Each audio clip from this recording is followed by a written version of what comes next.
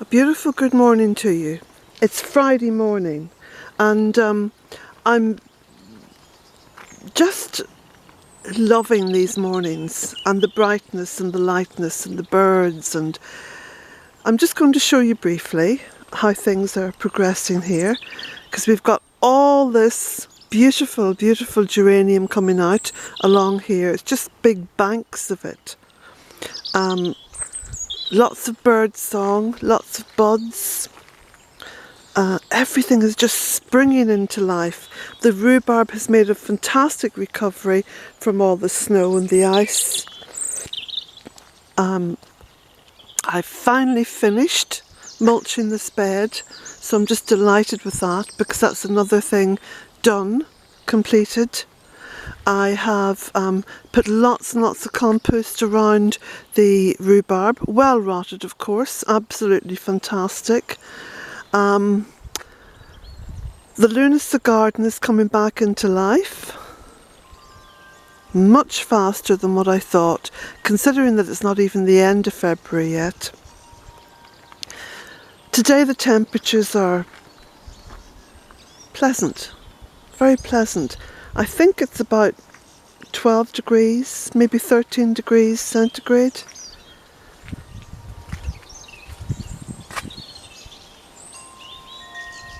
Lots of euphorbia. I must just show you the euphorbia. Oh, there's a piece of... Let's just take that out. Lots of euphorbia flowering.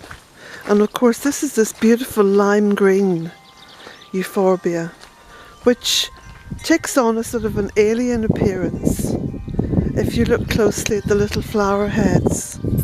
So, look at this. Isn't this beautiful?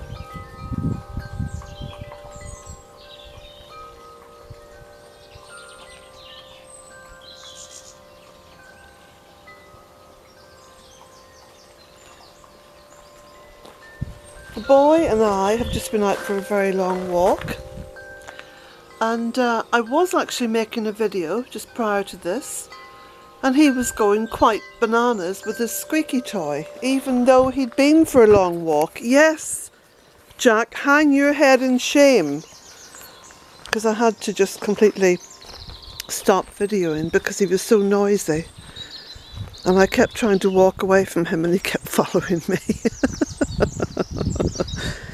So the plot to take him for a long walk and tire him out failed miserably.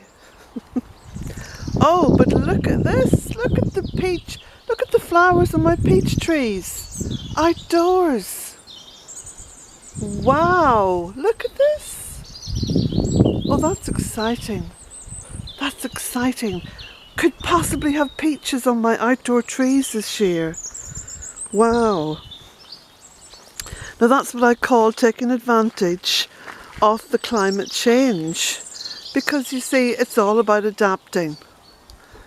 This is why I'm so set against this drive amongst the purists of the left-brained to say we should only be planting native species. Yeah, and ignore climate change? Doesn't make sense. Look at these flowers, look at them. Oh, beautiful, just beautiful. Oh, he's got that flipping donut again, look. No, stop it! I'm taking it off you because too much noise. Oh, goodness sake. I'll have to throw it for him. Let me see now. Let's see. Come here then, down this way. Do you know, that's the last time I take you for a walk in the morning. I'll keep it to the evening.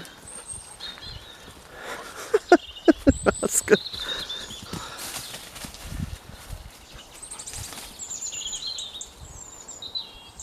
Now, there he goes, you see, he started again.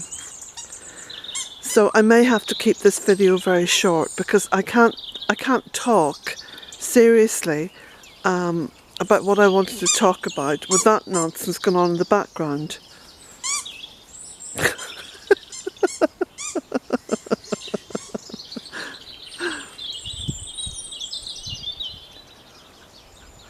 So when I got up this morning, I got up at about 6:30, and I put lots of bread out for the birds. I bought some wholemeal soda bread, which is really crumbly. It's lovely. It's easy to crumble and put out for the birds. So I put out that, and I also put out half a big bag of porridge oats. And I did that before it got light, so I had my headlamp on. And then I come in and had my shower and lit the stove and made the bed and did all the things. And instead of having coffee then, I decided I was going to have some green tea. Thank you, Simon. Simon is someone very special in France, from France, who has completely got me hooked on green tea. And the real good stuff, you know. So I've had my green tea this morning, and then I thought to myself, I think this could be a pattern. What I might do now is save my coffee until mid-morning. So I've made my coffee, it's sitting there on the table in the tunnel. I'm going to go and drink it, and I've got some of it in a cup, but most of it in a big flask cup, you know, to keep warm. Listen to that, the little robins are mating, and I seen two of them and I thought they were fighting, but of course, look how naive I am sometimes. They weren't at all fighting, they were mating. Although they will fight for the girl, they will fight with each other, but I think today that song is all about, come on sweetheart, you know I love you. Yes, we fall for it every time, don't we? Oh look, he's got his donut down there. You see, he knows he's not supposed to be at this lark. He knows, he's a very, very clever boy. Very clever boy, yes. Oh, this is right. That was the go-ahead. No, is it? No, it's not. I read his face like a book. Oh, look at this. Now, what are you doing with that? Look, guilty as charged, my lord. Guilty as charged.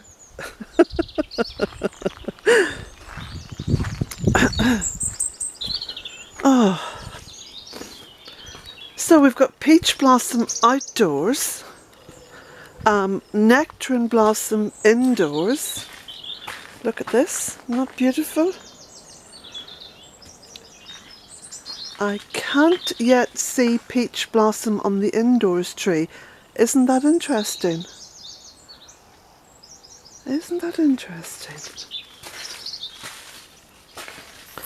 And here's my little woodland retreat.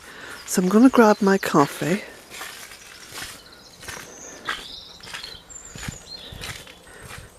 Look, he's brought the donut just to the outside of the door. He knows he's not allowed to bring it in. Oh, so I'll just...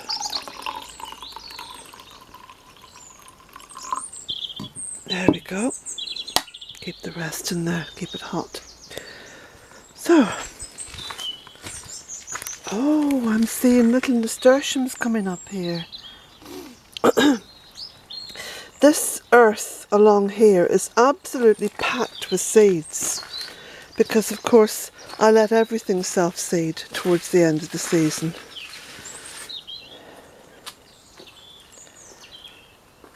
As nature does.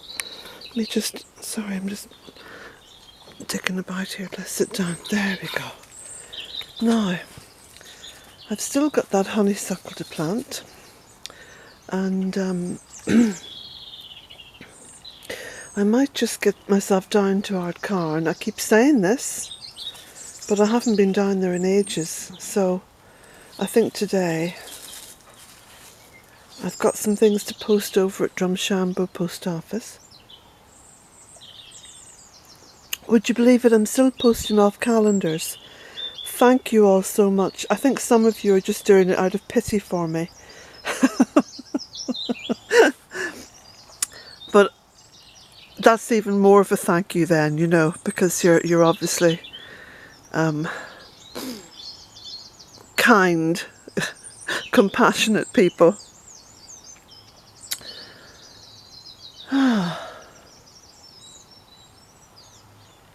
This is a perfect wee spot here, you know. It feels a little bit like a womb. You know, when you need a place of safety, people normally go to their beds, or children will hide under their beds. That's in the days, you know, when we had beds that seemed to be on stilts as far as a child was concerned. I remember being frightened of falling out of my bed because it was so high up. Those lovely old Victorian hand-me-downs. Do you know we don't hand down beds anymore? Isn't that crazy?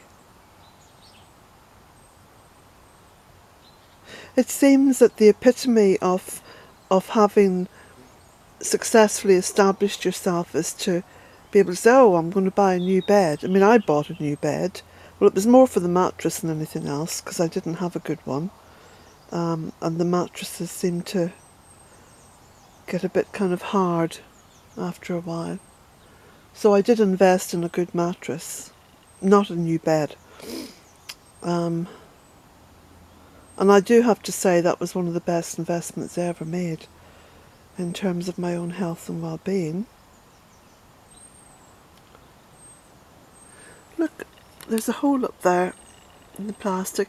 That's been there for years, I mean years, because it was a cat who's long since gone now who made that hole. A wee rascal of a cat, actually. But she was very dear to me. Very dear.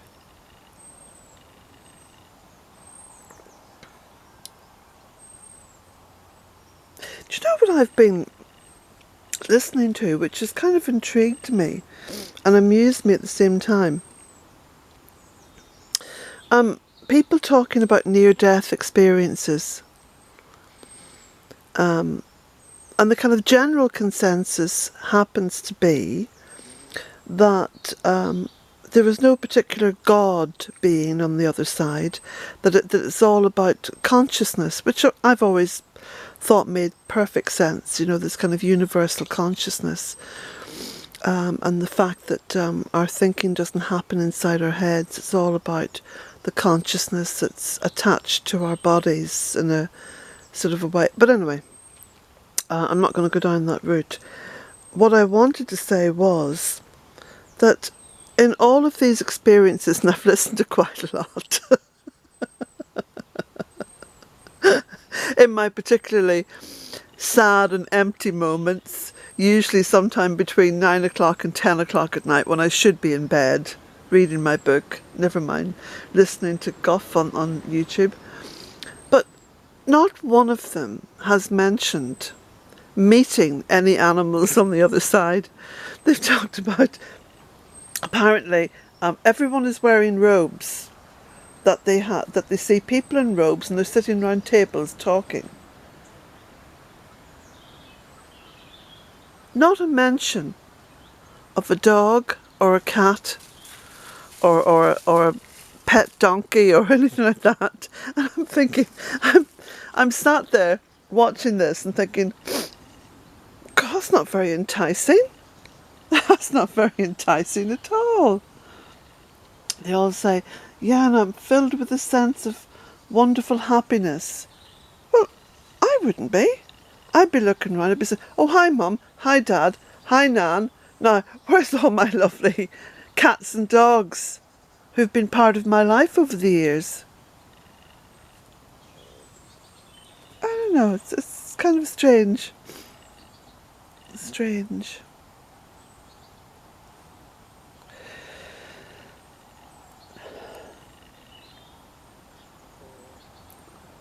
My mother was, my mother had the most incredible death.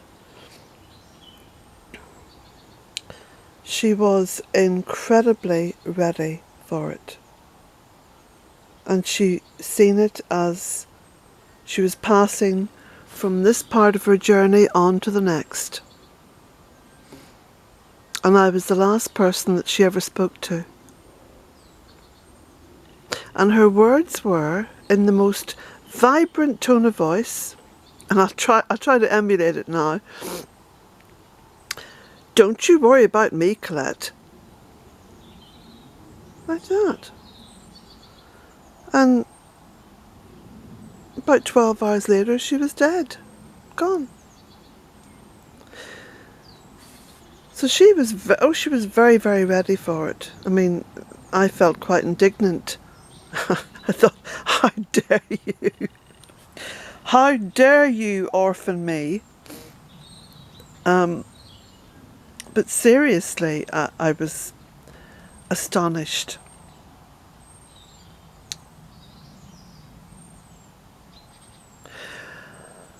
But yes, it's very interesting to hear about these NDEs, as they're called, near-death experiences.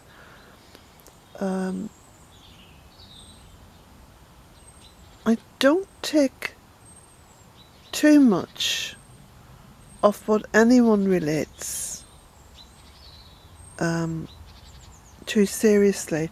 The reason why is that everyone is unique and has their own personal experience that may bear no relation to what one thinks about or understands. Oh, look at the beautiful bee! Oh, look at that lovely... Oh, it's a big queen bee too. Now, I'm going to stop this video because I'm going to try to direct her. Oh no, wait a moment. She's directing herself. I think she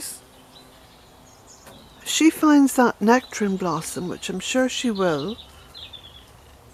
Go on, girl. Go on.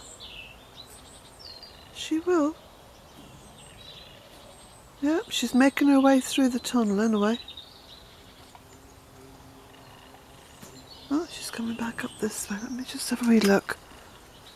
Look at her. I think what I'll do is I'll open this door here.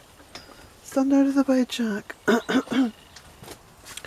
So as there'll be a little bit of a draft, you know? Carry her on a little draft of air. I'll just open this door. That's it. Now, where's she gone? Isn't that funny? Just talking about my mother and then this beautiful bee appears. Oh, there's just so many of these things happen. There's no rhyme or reason. Well, it's certainly not coincidence.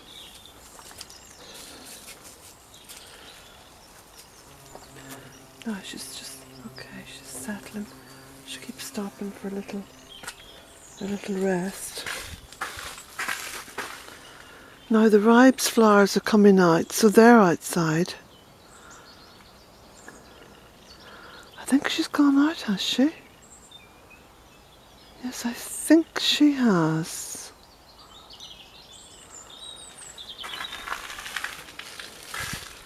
I'll just sit down here now and have a little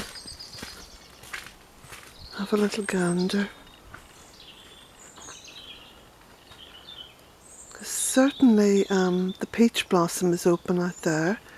The ribes blossom is open, and that's very heavily scented. So she should be able to pick up on that scent and get there.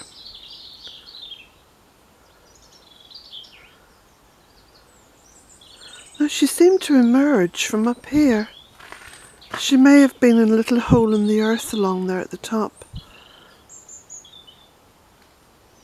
Because, you know, there's 98 different species of bee. Only one of them is the honeybee. Only one. All the rest are wild bees. And most of those are solitary bees. Anyway, she's in the right place.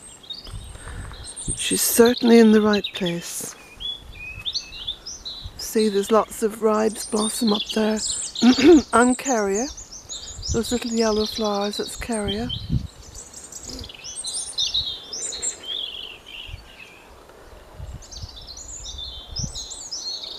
So it should be okay.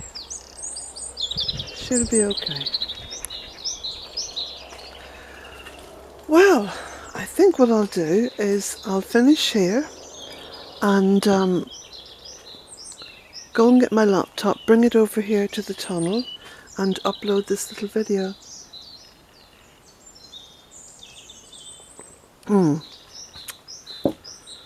May as well walk over with me. Okay, boy. Okay.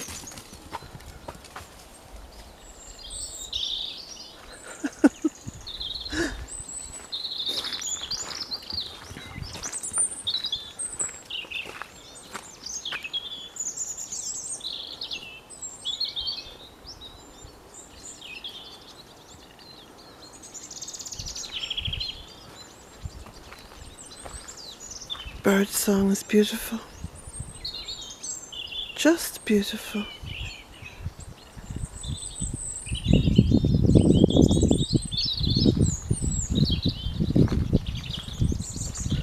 Oh, there's some little anemones coming out. Look at that. Beautiful little flowers.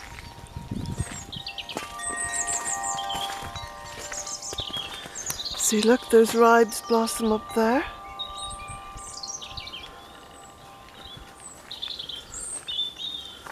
And of course, you know that for about the past week, there's been some ribes over here in this corner, which is open and releasing its scent. So that will really attract the bees. Look at this, you see? There we go. Plenty of nectar in those little flowers, which is what the bee needs. You know, when she first emerges from hibernation, she has about 40 minutes to get a shot of nectar. Absolutely essential. If she doesn't get that in 40 minutes, she dies. Because she basically has about 40 minutes worth of food left in her stomach from before hibernation. That's why it's so essential to plant for the bees. So essential.